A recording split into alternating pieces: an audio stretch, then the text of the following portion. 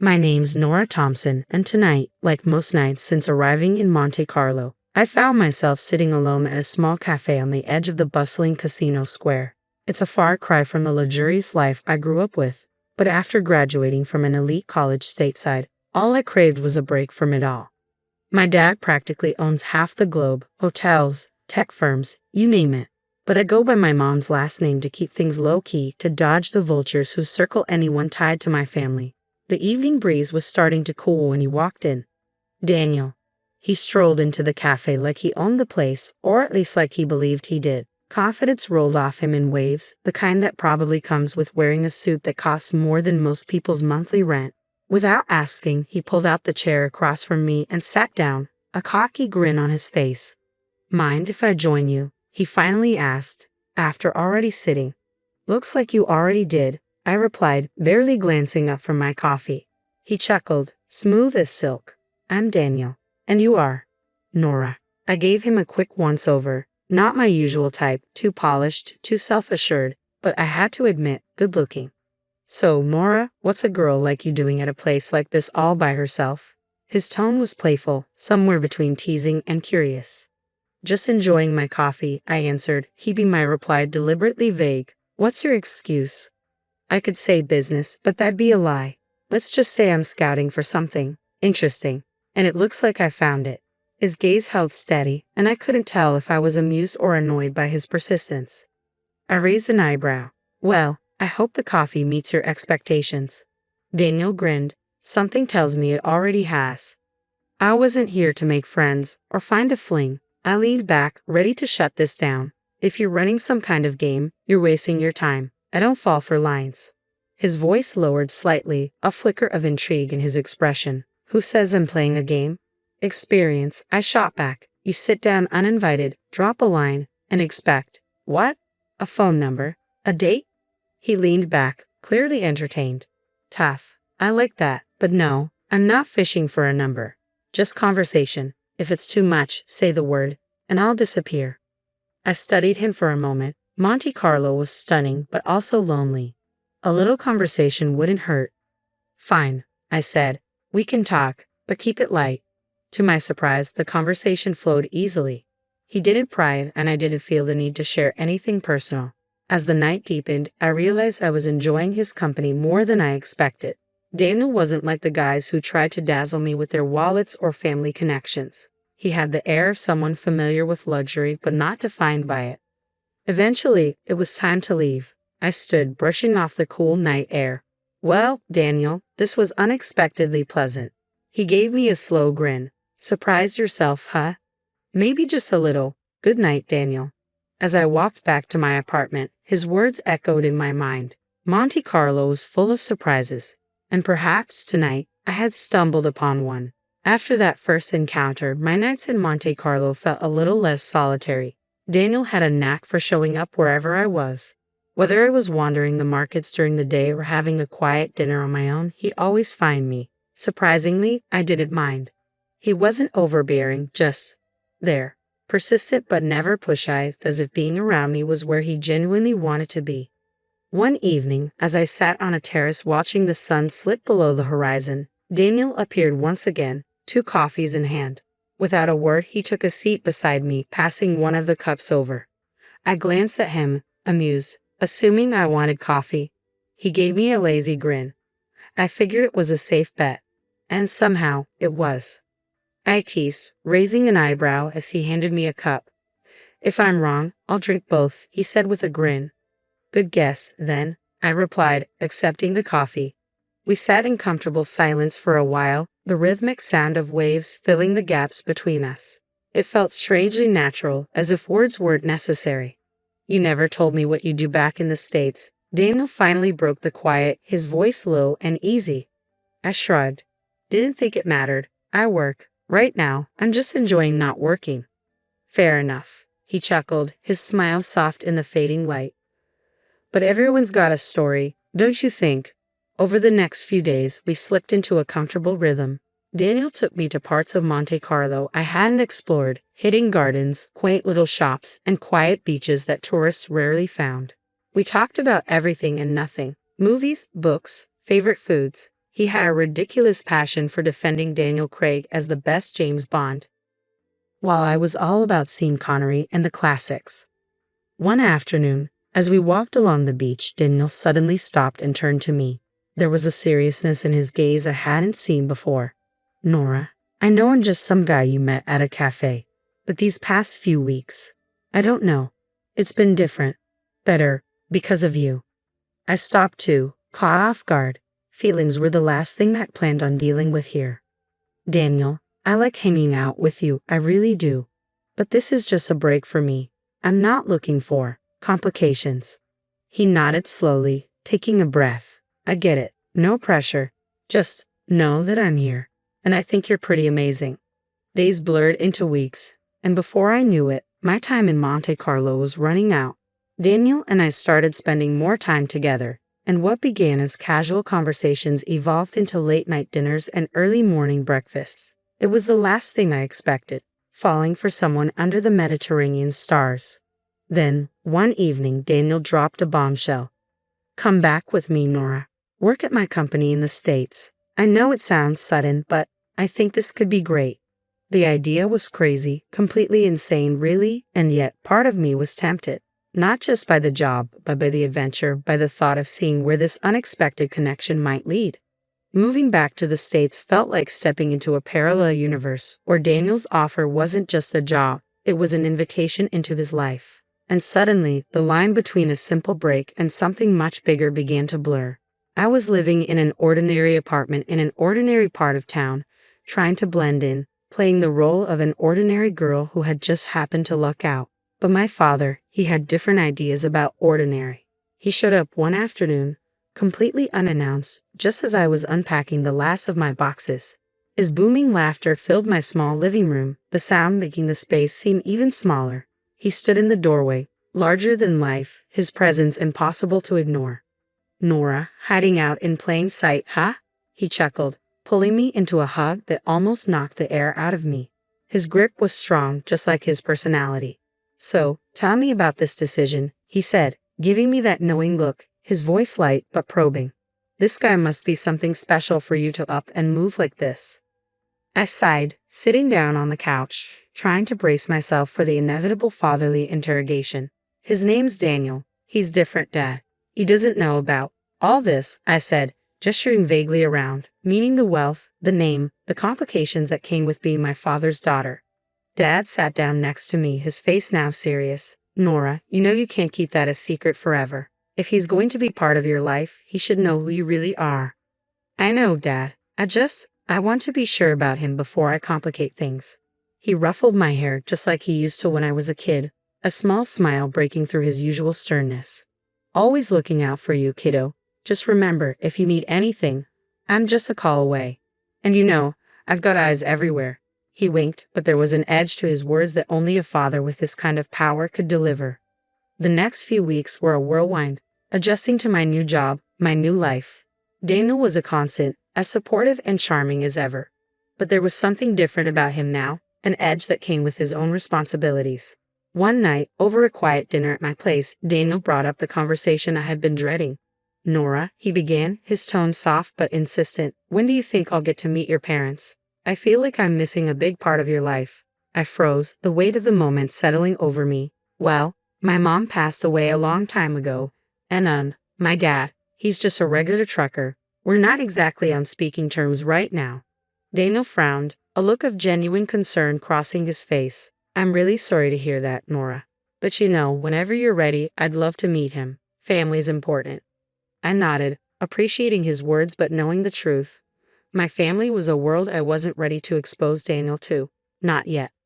Life with Daniel moved fast. We were already blending our lives in ways I hadn't expected. My job at his company was going great, and our relationship deepened with every passing day. It felt like we were heading towards something big, but when that big moment actually came, I was still caught off guard. It was a normal evening at his place, his upscale apartment with stunning views of the city skyline. We had just finished a casual dinner, nothing fancy, just takeout because neither of us felt like cooking. We were on the couch, a documentary about ocean life playing in the background, the kind of thing you watch but don't really watch. Then Daniel turned to me. his expression far more serious than the situation called for. He took my hand and suddenly, my heart started racing as Daniel spoke. Nora, I've been thinking about us, about everything we've been through and everything I want for us in the future. I nodded, my mouth suddenly dry. Yeah. He looked at me with an intensity that made my pulse quicken. I love you, Nora. I love everything about you, and I can't imagine my life without you. He paused, swallowing hard, clearly nervous. That made two of us. I want to be with you always. Will you marry me? No grand gesture, no dramatic kneeling or a ring box reveal. Just Daniel, direct, honest, and so very him. It was simple, genuine, and all I ever needed. Yes, I said, the word tumbling out in a rush, almost a relief. Yes, I will. His face lit up with that wide, infectious grin, the same one that had won me over from the start. He pulled me into a tight hug, and for the rest of the evening, we sat there talking about our future, our dreams, and the life we wanted to build together. It was exciting, maybe a bit daunting, but it felt right. It felt like us. The next challenge came when I told my dad. I expected him to be thrilled, but his response was lukewarm at best. Nora, you know I want nothing but your happiness, but are you sure about this? It's all happening so fast, he said, his voice heavy with concern. I'm sure, Dad. He's a great guy, you'll see. I tried to sound more confident than I felt. He sighed, rubbing his forehead. All right, but promise me you'll sign a prenup, just to be safe. The word didn't scare me. It was just another part of the modern marriage package, especially when you had as much at stake as I did, even if Daniel didn't know the full extent of it. Of course, Dad. We'll handle it. Good, he said, nodding. And Nora, I won't be at the wedding. I don't want to spoil your story about being a simple girl. I knew he was protecting my privacy, but the thought of him not being there stung. Still, I understood.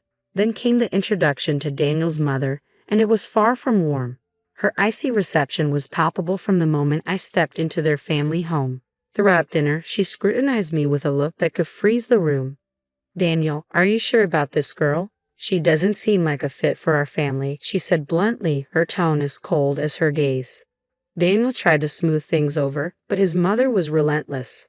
A prenuptial agreement is non-negotiable, she insisted. I agreed without hesitation, knowing it would ease some tension. Absolutely. I wouldn't have it any other way, I said as we later formalized the terms with a lawyer present. Despite these hurdles, our wedding in the Maldives was breathtaking. Standing beside Daniel with the ocean whispering behind us and the sand beneath our feet, I felt a surge of hope. It was just us. Our love and a future we were ready to shape together. The rocky start with family expectations was behind us, and married life began even better than I could have imagined. We settled into our new home, a beautiful place with more space than we could ever need. It was supposed to be the start of our perfect life together. I threw myself back into work, determined to prove that I was more than just the boss's wife. My role at the company had always been challenging, but now there was an added layer of expectations, and I was ready to face them.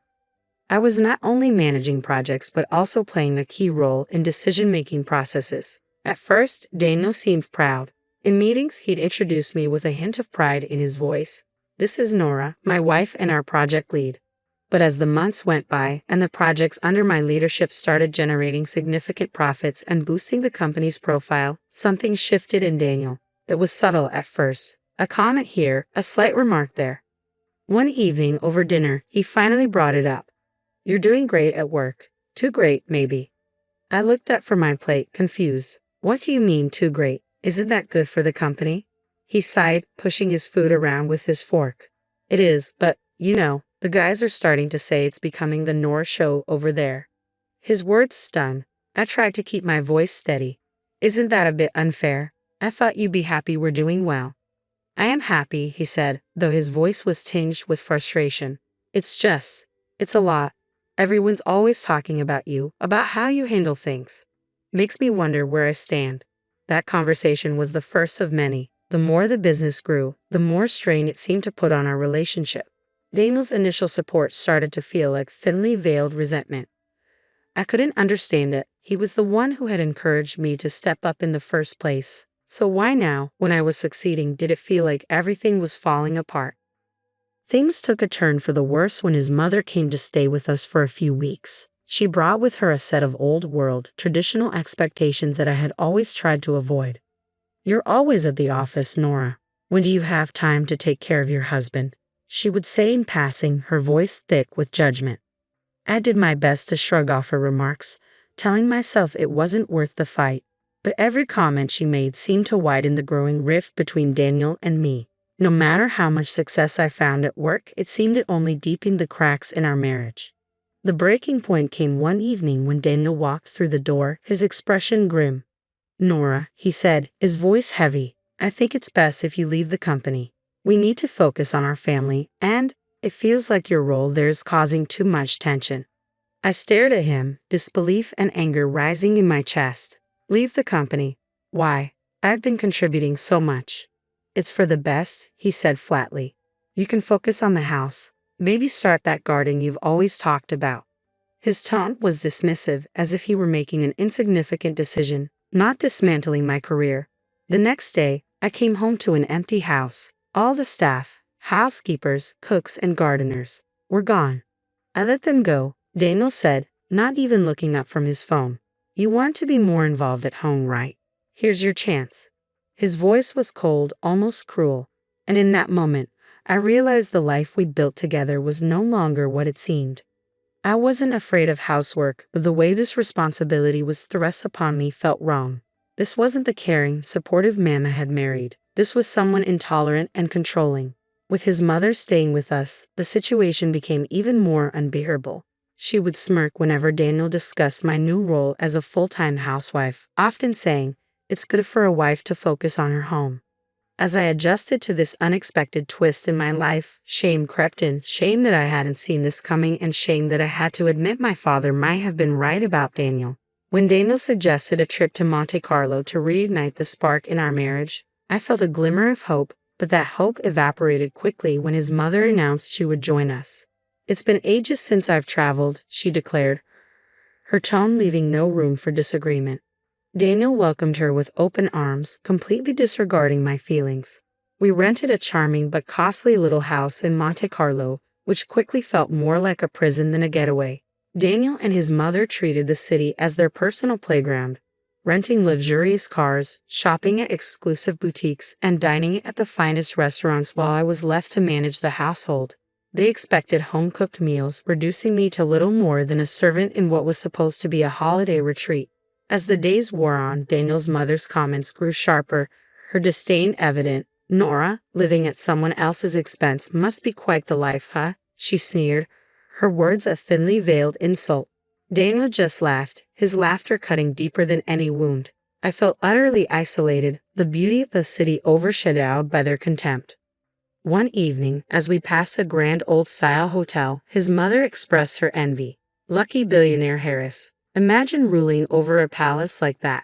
At a restaurant that overlooked the sea, my patience finally shattered. When she waved the waiter over with an imperious flick of her wrist and ordered for me, "The cheapest dish will do. No need to spoil her with extravagances she doesn't deserve." I felt humiliation wash over me like the waves crashing on the rocks below.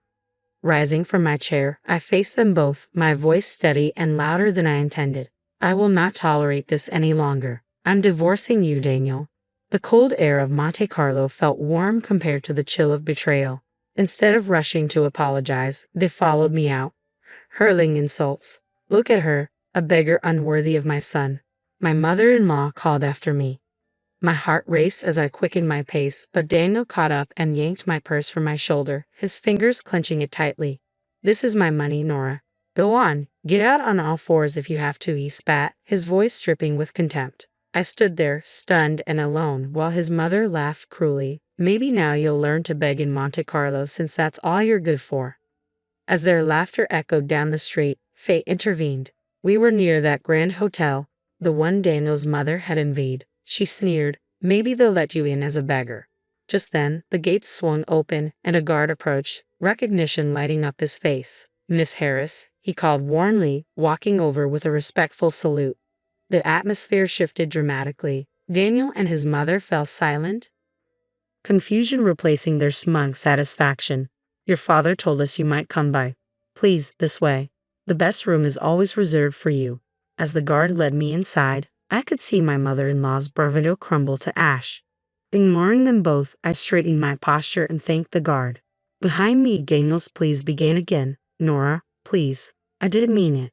His mother shouted, "Perhaps we could come in for a drink at least." I didn't look back.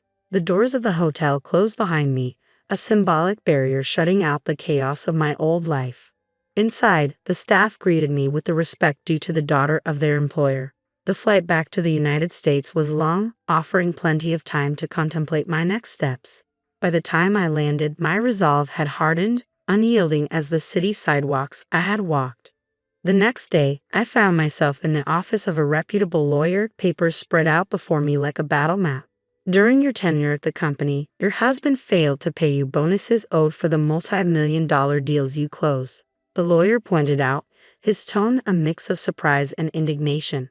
"We're suing for $3 million. The courtroom felt cold and sterile, a stark contrast to the heated glares Daniel shot across the room as he fumbled through his defense. The man I once loved looked utterly pathetic. When the verdict came, a resounding victory awarding me $3 million, Daniel's face crumpled in disbelief. Outside the courthouse, he made one last plea. "Nora, everyone's laughing at me. I messed up. Can we start over?" His words once tugged at my heartstrings, but that time had passed. "You only missed the money, Daniel. Maybe listen less to your mother next time," I replied, the edge in my voice cutting through the crisp air as I turned and walked away. Returning home, I faced my father. The air between us was thick with unspoken words until I broke the silence. "Dad, I should have listened to you." He wrapped me in a warm, forgiving embrace. "You had to learn on your own. Now you know, and knowing is half the battle." We talked late into the night about life, mistakes, and new beginnings. His advice became a guiding light as I navigated my future. Inspired by our conversation, I began laying the groundwork for my next venture. My experience at Daniel's company had honed my skills and ignited a passion I couldn't deny. I decided to open my own investment firm. With my expertise and the hefty settlement I had received, I had the resources to create something meaningful, something that was entirely mine. Weeks turned into months as I built my business from the ground up. The challenges were daunting, but every setback taught me a lesson, and every success confirmed that I was on the right path. Sitting in my new office overlooking the bustling streets below, I realized how far I had come, from a disillusioned wife in a loveless marriage to a competent business owner. The journey had been fraught with hurdles, but each one had made me stronger.